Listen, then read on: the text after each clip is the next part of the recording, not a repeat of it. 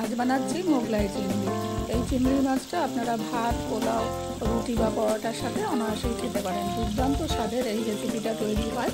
আপনারা বাড়িতে অবশ্যই একদিন ট্রাই করবেন এবং আমাকে কমেন্ট বক্সে জানাবেন কেমন লাগলো এই রান্নাটি।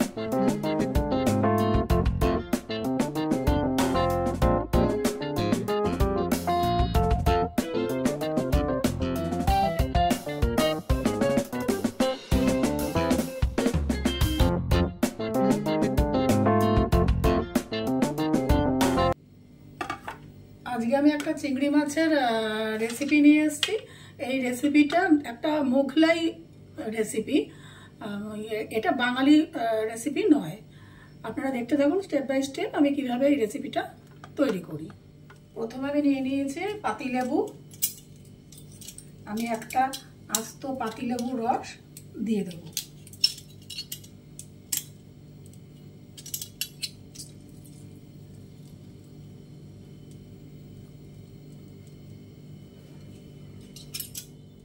এরপরে দিয়ে দেবো লবণ, এর মধ্যে দেব হলুদ আর দেব লঙ্কার গুঁড়ো, দিয়ে ভালো করে মাখিয়ে এটাকে রেখে দেব আধা ঘন্টা।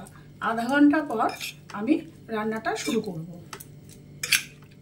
এবার একটা কড়াই নিয়েছি, কড়াইয়ে দিয়ে দিচ্ছি সাদা তেল। আপনারা এটা ইচ্ছা করলে সর্ষের তেলও করতে পারেন। তেল গরম হয়ে গেছে, এবার আমি এর মধ্যে ফোড়ন দেব আস্ত মৌরি, আর দেব সাথে আস্ত জিরে। আস্ত জিরে দিলাম অল্প।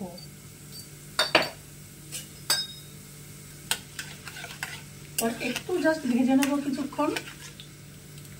ভেজে নেওয়ার পর আমি এখানে দিয়ে দেব বড় এলাচ, দেব ছোট এলাচ আর দেব লবঙ্গ।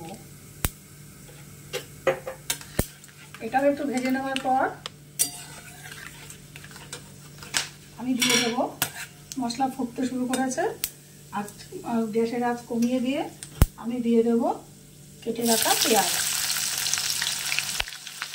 পেঁয়াজ আমি এখানে বড় সাইজের 1.5 খানা দিয়েছি। দিয়ে এটা একটু লাল করে পেঁয়াজটা ভেজে নেব। পেঁয়াজটা অল্প ভাজা হয়েছে, নরম হয়ে গেছে পেঁয়াজটা। এই অবস্থায় আমি দিয়ে দেব আদা রসুন বাটা, দিয়ে দিচ্ছি 2 চামচ। এটাও একসাথে পেঁয়াজের সাথে ভাজবো।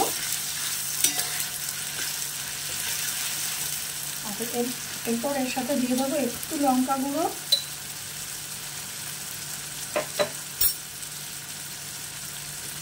দেব একটা টমেটো, একটা ছোট টমেটো আমি এখানে কেটে রেখেছি, দিয়ে দিলাম।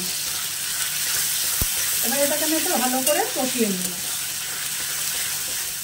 মশলা কিছুক্ষণ কষানোর পর এর মধ্যে দিয়ে দেব মেখে রাখা চিংড়িগুলো, দিয়ে ভালো করে ভাজা ভাজা করব। ভালো করে এটাকে নাড়িয়ে চাড়িয়ে কষে নেব, আর গ্যাসের ফ্লেম একদম হাই করে দেব। ভালো করে কষিয়ে নেবার পর দিয়ে দিচ্ছি এখানে 2 চামচ কি 3 চামচ আমি ফেটানো টক দই। এবারও এটাকে ভালো করে কষিয়ে নেব, গ্যাসের ফ্লেম হাইতে থাকবে। আর এবারে সাথে দিয়ে দেব আপনারা যে যেমন ঝাল খান সেই অনুযায়ী কাঁচা লঙ্কা।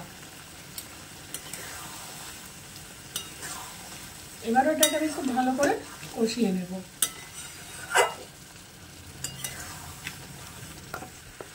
ভালো করে কষিয়ে রান্না করার পর দিয়ে দেব পরিমাণ মতো স্বাদ অনুযায়ী একটু চিনি। এরপর সাথে দেবো এর মধ্যে, গ্যাসটা একটু কমিয়ে নেব। আপনারা যদি এর থেকে বড় চিংড়িতে করতে চান করতে পারেন। আমার কাছে এই চিংড়ি আছে, আমি আজকে এই চিংড়ি দিয়ে দেখাচ্ছি। এটা বড় চিংড়ি দিয়েও করা যায়। আমি এই সাইজের বাগদা চিংড়ি পেয়েছি, সেই চিংড়ি দিয়ে করছি। আমার রেসিপিগুলো যদি আপনাদের ভালো লেগে থাকে তাহলে আমার চ্যানেলটাকে অবশ্যই সাবস্ক্রাইব, লাইক, শেয়ার ও কমেন্ট করবেন। আচ্ছা, এবারে দিয়ে দেবো ফ্রেশ ক্রিম।